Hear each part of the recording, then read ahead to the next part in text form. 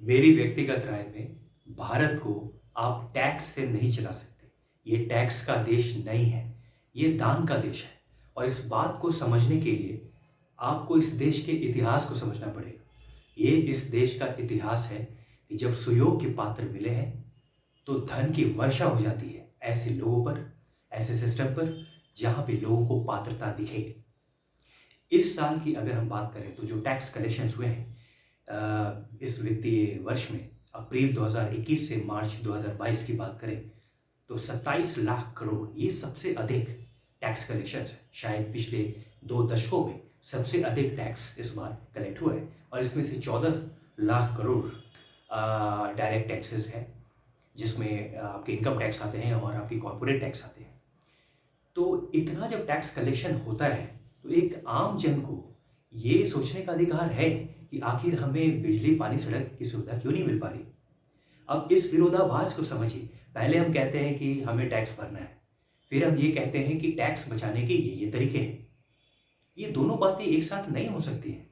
या तो आपको टैक्स बचाने के तरीके नहीं करने चाहिए, या तो ये गलत है या ये गलत है। और अगर आपको टैक्स बचाना पड़ता है तो टैक्स का सिस्टम भी गलत है, फिर ये सिस्टम गलत है। और ये जो टैक्स का सिस्टम है ये ब्रिटिशर्स लोग अपने हिसाब से लाए थे, अपनी पोजीशन को स्ट्रॉन्ग करने के लिए लाए थे।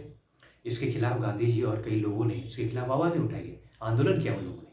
तो ये ज़रूरी नहीं है कि जो टैक्स का सिस्टम वो लोग लाए थे और जो कलेक्टर को उस वक्त सलाम ठोका जाता था, वो ज़रूरी नहीं है कि आज भी वो सिस्टम हम उसे जारी रखें और उसी तरीके से उस सभी एक्ट, सभी जितने भी हमारे अधिकांश जो एक्ट्स हैं वो उनके चले आ रहे हैं।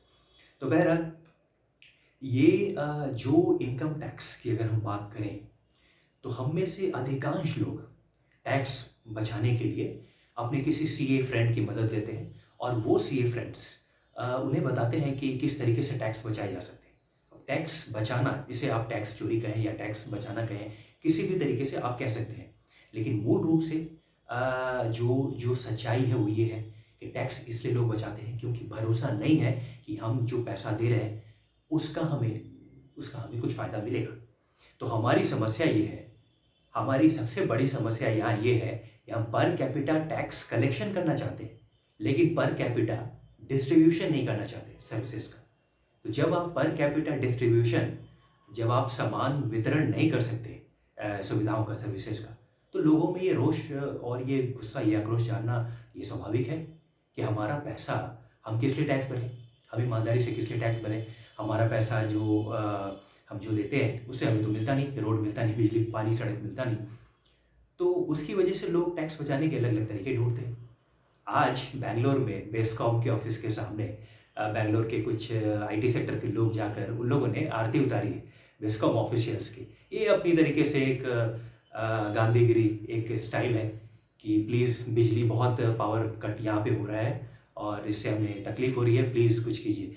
तो खैर ये उनका अप्रोच है, लेकिन कहने का मतलब ये है कि एक नाराज़गी है लोगों में और इसकी वजह से टैक्स पूरा नहीं, कोई भी नहीं देना चाहता, क्योंकि हर कोई जानता है कि ये मैं जहाँ दूंगा उसका प्रॉपर यूटिलाइजेशन होगा नहीं। ये ट्रस्ट डेफिशिट है, आप माने या ना माने, ये सच्चाई है।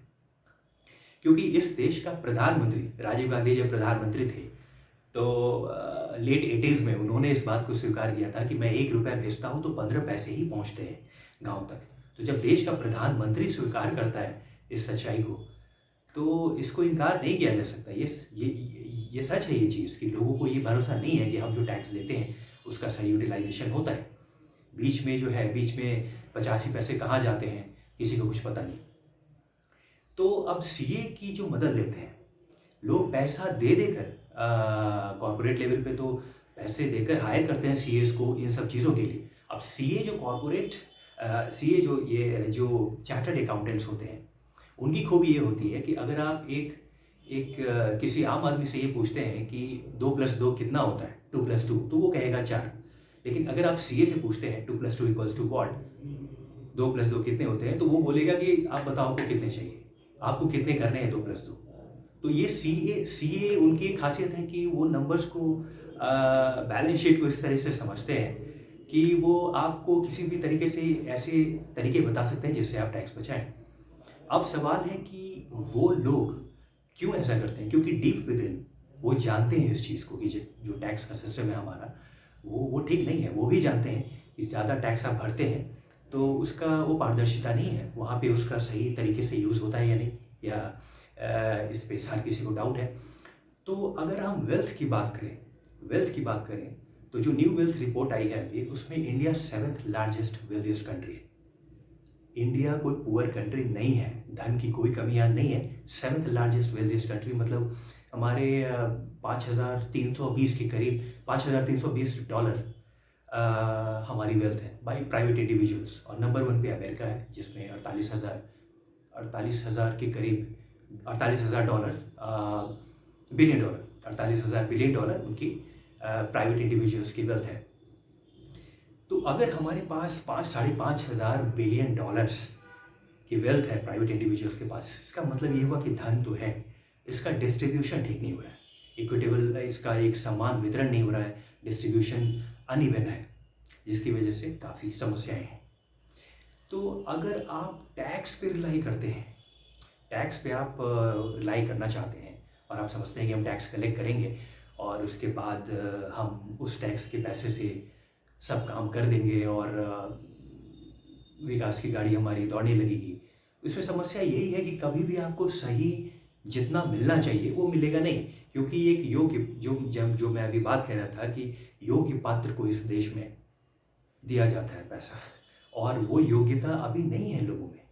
आप ये जो ब्रिटिशर्स का सिस्टम है कि हफ्ता वसूली, ये किसी को, इसे मैं हफ्ता वसूली कह सकता हूँ, क्योंकि आप किसी को अगर आप जो टैक्स नहीं देना चाहता, उसे पता है कि सही हाथों में नहीं जा रहा है और आप उसको टैक्स उस पर लाद देते हैं इस तरीके से, तो उसका मतलब यही होगा कि आपको अगर जितना मिलना चाहिए था उससे कम मिलेगा। ये भी कम है, ये पिछले 20 सालों में ये सबसे अधिक टैक्स कलेक्शन है निश्चित रूप से। जीडीपी और इसका रेशियो भी 11.3 बहुत ज़्यादा है इस साल, लेकिन ये भी कम है, इससे कई गुना ज़्यादा पैसा खजाने में आ सकता है अगर इस इनकम टैक्स को हटा के हम 1 या 2 साल के लिए हम एक्सपेंडिचर टैक्स प्रयोग करके देखें। मैं ये नहीं कह रहा हूँ कि पूरी तरह से सक्सेसफुल होगा, 1 या 2 साल इसे प्रयोग करके देखा जा सकता है। अगर नहीं चीज़ें वर्क करती हैं, वी कैन रोल बैक, और जो चल रहा है फिर हमें इस सच्चाई को स्वीकार करना पड़ेगा कि भाई ऐसी सड़कें हमें मिलेंगी, ग्रो हम करेंगे लेकिन धीरे धीरे करेंगे। हम अपने जीवन काल में अपने जवानी में नहीं देख पाएंगे, मे भी हमारे अगले जनरेशन वाले शायद देख सकें। तो हम धीरे धीरे तो हम ग्रो करेंगे ही, लेकिन उस तरह का जो हमारा गोल है, जो अब्दुल कलाम साहब ने 97 में इस बात को कही थी, विजन 2020, उन्हें भी लगा था हाँ सब कुछ सही तरीके से हो रहा है, हो जाएगा, लेकिन हमें धीमा चलने में बहुत मज़ा आता है।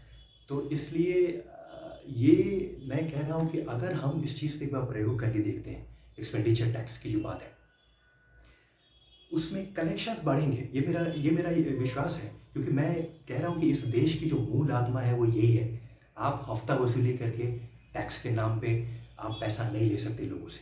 लोगों को यहाँ इस देश के समाज में लोगों को अगर लगा कि अगर कोई भी अगर सुयोग्य पात्र है, पात्रता चाहिए, पात्र है, तो वहाँ पे धन की बारिश होगी। ये सही तरीका, यही एकमात्र ऐसा देश है, इसे समझने की कोशिश कीजिए। पूरे विश्व में और कोई देश नहीं है भारत के अलावा जहाँ पर जो भिक्षु आता है भिक्षा मांगने, उसे हाथ जोड़कर लोग दान देते हैं। किसी देश में ऐसा नहीं हो सकता। बाकी देशों में जेल हो जाता है और शायद किसी होमलेस बेगर्स को लोग या तो इंडिफरेंटली देखते हैं या फिर गालियाँ देकर आगे बढ़ जाते हैं। ये देश ऐसा था, यहाँ पे भिक्षा मांगने वाले को गालियाँ नहीं दी जाती। लोग हाथ जोड़कर अपने आप को ब्लेस्ड महसूस करते आए हज़ारों साल से कि आप हमारे यहाँ भिक्षा मांगने आए, ये मेरा सौभाग्य, मैं आपको आटा दाल चावल, गांव गांव में होता है, हम सब लोगों ने ऐसा देखा है, आज भी हो रहा है। लेकिन इस चीज़ को, जो ये भारत की मूल आत्मा जो मैं कह रहा हूँ, पूरा इतिहास उठाकर आप देख लें, कई ऐसे केसेस आपको उदाहरण मिल जाएंगे जब लोगों को लगा, यहाँ के धनाढ़ी उद्योगपतियों को लगा कि कोई सुयोग्य पात्र है, तो अपना कष्ट सहन करके भी उनको पैसे दिए गए। ऐसे कई उदाहरण आपको मिल जाएंगे इस इतिहास में। तो जब मैं छोटा था और इकोनॉमिक्स में ये चैप्टर पढ़ाई हो रही थी कि ब्लैक मनी स्विट्ज़रलैंड में कितना है, तो उस वक्त मैंने अपने टीचर से ये सवाल किया था कि सर ये तो बेवकूफ़ी है कि यहाँ पे अगर आप 1 लाख या 1 करोड़ रखते हो स्टेट बैंक ऑफ इंडिया में या किसी बैंक अकाउंट में, तो वहाँ आपको और एक्स्ट्रा पैसा मिलता है, आपको इंटरेस्ट मिलता है, और वहाँ आप रखते हो स्विस बैंक्स में, तो आपको कुछ उसमें पैसा नहीं मिलता और उस आपसे अलग अलग तरीके से विथहोल्डिंग टैक्स दिस दैट अलग अलग तरीके से आपसे पैसा लेते हैं। तो ये बेवकूफ़ी क्यों करते हैं इंडियंस? इंडिया के जो बड़े बड़े बिजनेसमैन इंडस्ट्रियलिस्ट हैं, यहाँ पे पैसा मिलेगा, आपको इंटरेस्ट मिलेगा, आप यहाँ नहीं रखते हो, आप वहाँ रखते हो, वहाँ आपको पैसे देकर वहाँ पे रखने पड़ते हैं।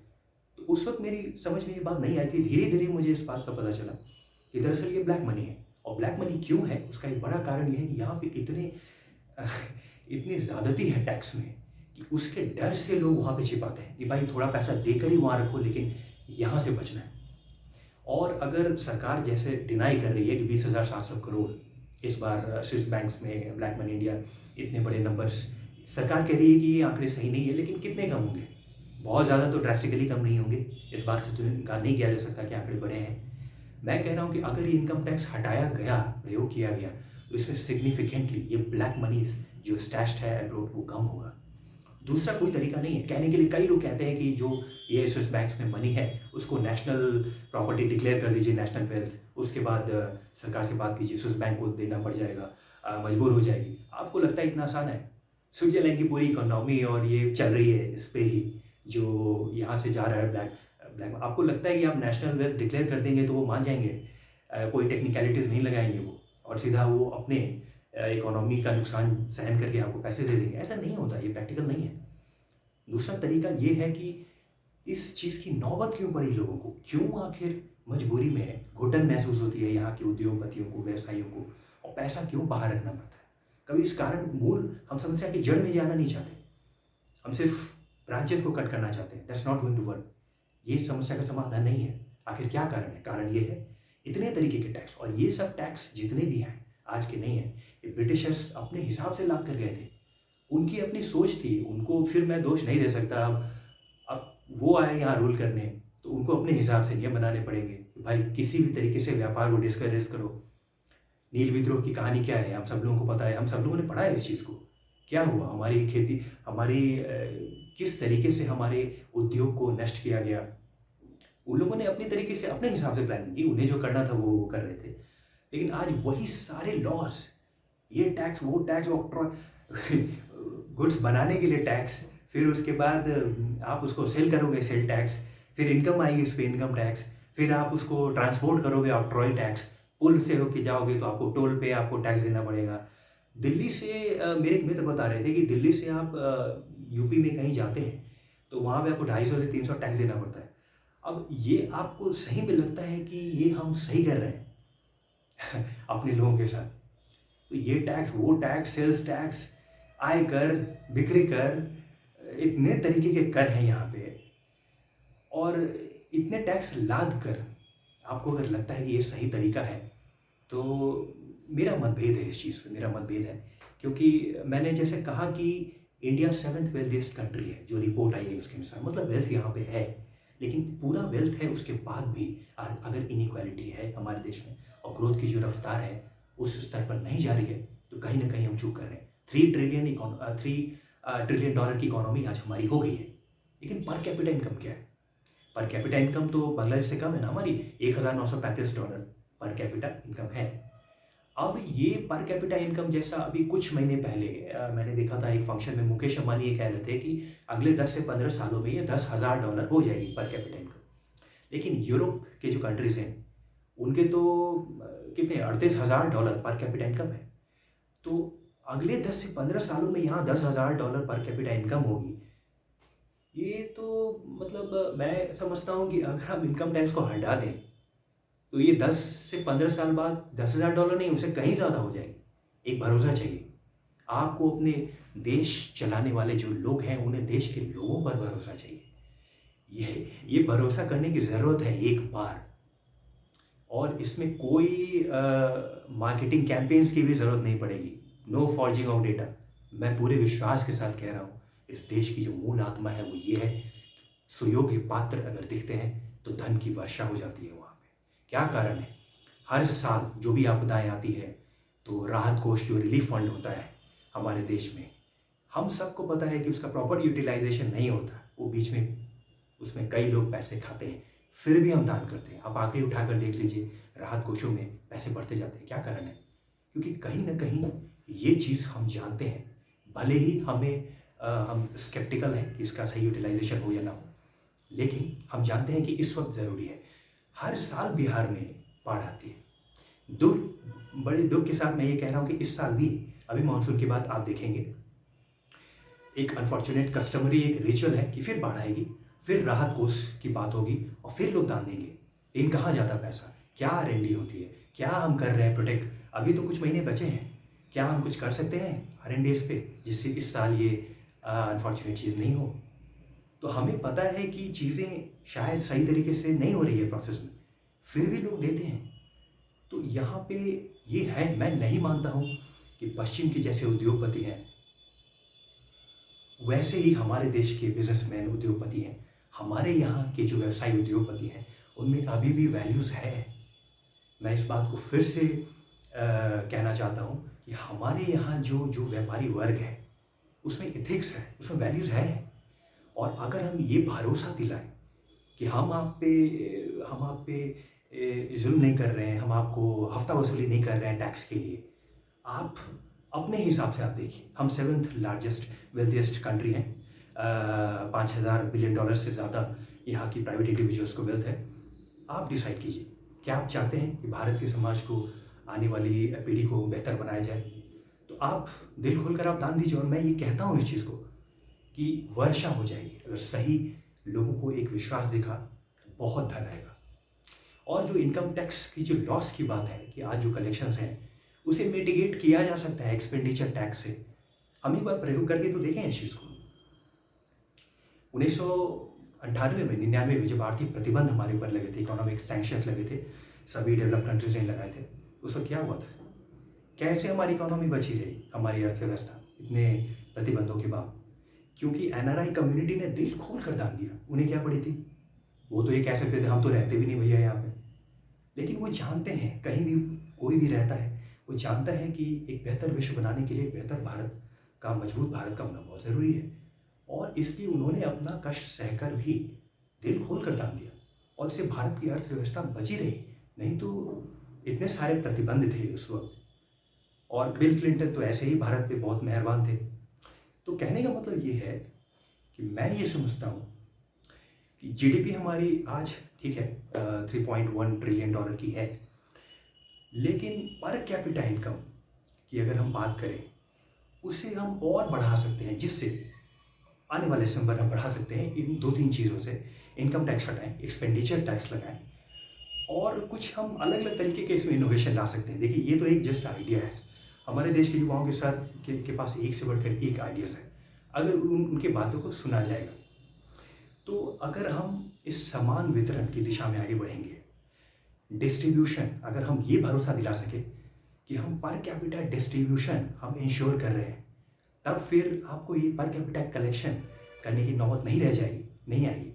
और फिर लोगों को सीएस को हायर नहीं करना पड़ेगा। 100 रुपये में लोग सीए को हायर कर रहे हैं कि आप भाई 10 रुपये मेरे बचा दो, टैक्स बचा दो, मेरे 10 रुपये कैसे भी बचते हैं तो वो करके दिखा दो, मैं उसके लिए आपको 100 रुपये देने को तैयार हूँ। क्या कारण है? लोग 10 रुपया टैक्स बचाने के लिए 100 रुपये में सीए को क्यों हायर कर रहे हैं? इस बात को समझिए। वही मैं कहने की कोशिश कर रहा हूँ। क्यों? क्योंकि उन्हें भरोसा नहीं है कि ये जो मेरे टैक्स का पैसा जा रहा है उससे मुझे वो सुविधाएं नहीं मिल रही है, न बिजली मिल रही है, न रोड मिल रही है, न पानी मिल रही है। तो ये जो भरोसा नहीं है, इसकी वजह से लोग ऐसा कर रहे हैं कि अपने सीए मित्र को या फिर किसी प्रोफेशनल सीए को हायर कर रहे हैं। भाई कैसे भी कुछ करो, सीए तो कुछ भी कर सकते हैं। जैसा मैंने कहा कि 2+2 = वो आपसे पूछेंगे कितने चाहिए आपको, मैं बताता हूँ। तो ये जो चीज़ है ना, इसको हमें इस समस्या की जड़ को समझना पड़ेगा। और मैं समझता हूँ एक प्रयोग किया जा सकता है कि हम इनकम टैक्स हटाएं, 1 या 2 साल के लिए प्रयोग करके देखें। ये 20,700 करोड़ की जो ब्लैक मनी है, मुझे लगता है सिग्निफिकेंटली इसमें गिरावट आएगी, लोगों का एक विश्वास बढ़ेगा, money will be infuse in the economy. मुझे ऐसा लगता है, क्योंकि मैं, हो सकता है मेरी समझ गलत हो, लेकिन मैं इस भारत की जो मूल आत्मा को समझता हूँ उसमें मुझे यही दिखता है कि लोग बुरे नहीं हैं, लोग अच्छे हैं, लोग चाहते हैं समाज उन्नत हो, यहाँ का व्यापारी वर्ग अच्छा है। हमारे बिजनेस कम्युनिटी को आप पश्चिम से कंपेयर नहीं कर सकते। वहाँ हो सकते हैं वो लोग, उनकी अल्ट्रा कैपिटलिस्ट सोच हो सकती है, वहाँ पे इनइक्वालिटी वो अलग चीज़ है। हमारे यहाँ नहीं है, they still want to contribute, they are contributing.